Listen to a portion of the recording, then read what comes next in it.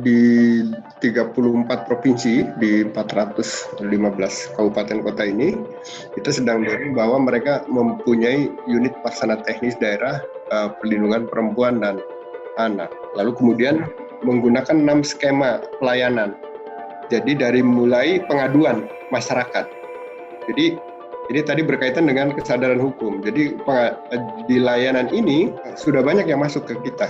Nah, lalu kemudian dari pengaduan ini kenapa menjadi penting? Karena ada proses di mana ketika diadukan, bagi penyidik tentu bisa mendalami fakta-fakta dan mencari bukti-buktinya. Tapi di sisi kami, misalnya di sisi perlindungan anaknya, ini kita bisa memahami sebetulnya kasus ini masalahnya murni karena korban kekerasan atau karena persoalan lain kan gitu. Bisa jadi persoalan lainnya itu karena misalnya si pelaku punya masalah lain, misalnya penyimpangan perilaku atau punya persoalan-persoalan lain kan. Lalu kemudian dari 2 tahapan itu kita bisa mengolah kasus ini menjadi olahan yang tepat. Itu dalam istilah pelayanan itu namanya manajemen kasus.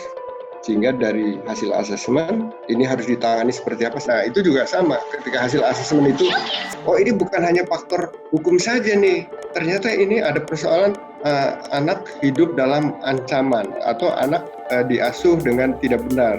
Lalu kemudian dia mengalami kekerasan, lalu kemudian dia keluar mencari pelampiasan. Itu jadi banyak kaitannya. Ketika tahap yang ketiga, kasusnya dikelola, maka ada istilah muncul tadi, rumah aman tadi, penampungan sementara, rumah aman.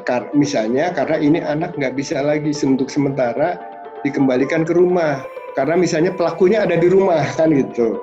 Ya lebih aman ditempatkan di rumah aman kan gitu. Atau nggak mungkin ini dikembalikan lagi ke tempat asalnya, karena ancamannya adalah misalnya orang yang punya relasi kuasa lebih kuat, misalnya tukang mengintimidasi dan tukang menyiksa gitu kan, sehingga tidak memungkinkan ini dikembalikan kan gitu.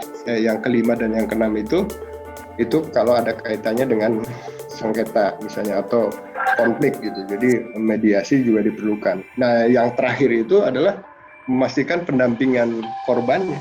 Jadi pendampingan korban yang kita buat itu sebetulnya sudah ideal dilakukan oleh orang yang paham dan dipastikan tidak melakukan pelanggaran hukum, tidak juga melakukan kasus kekerasan seksual seperti yang dituduhkan misalnya di Lampung Timur gitu. Kalau itu terjadi, itu presiden buruk. Yang kedua, bagi pelakunya sendiri ancamannya berlipat-lipat kan.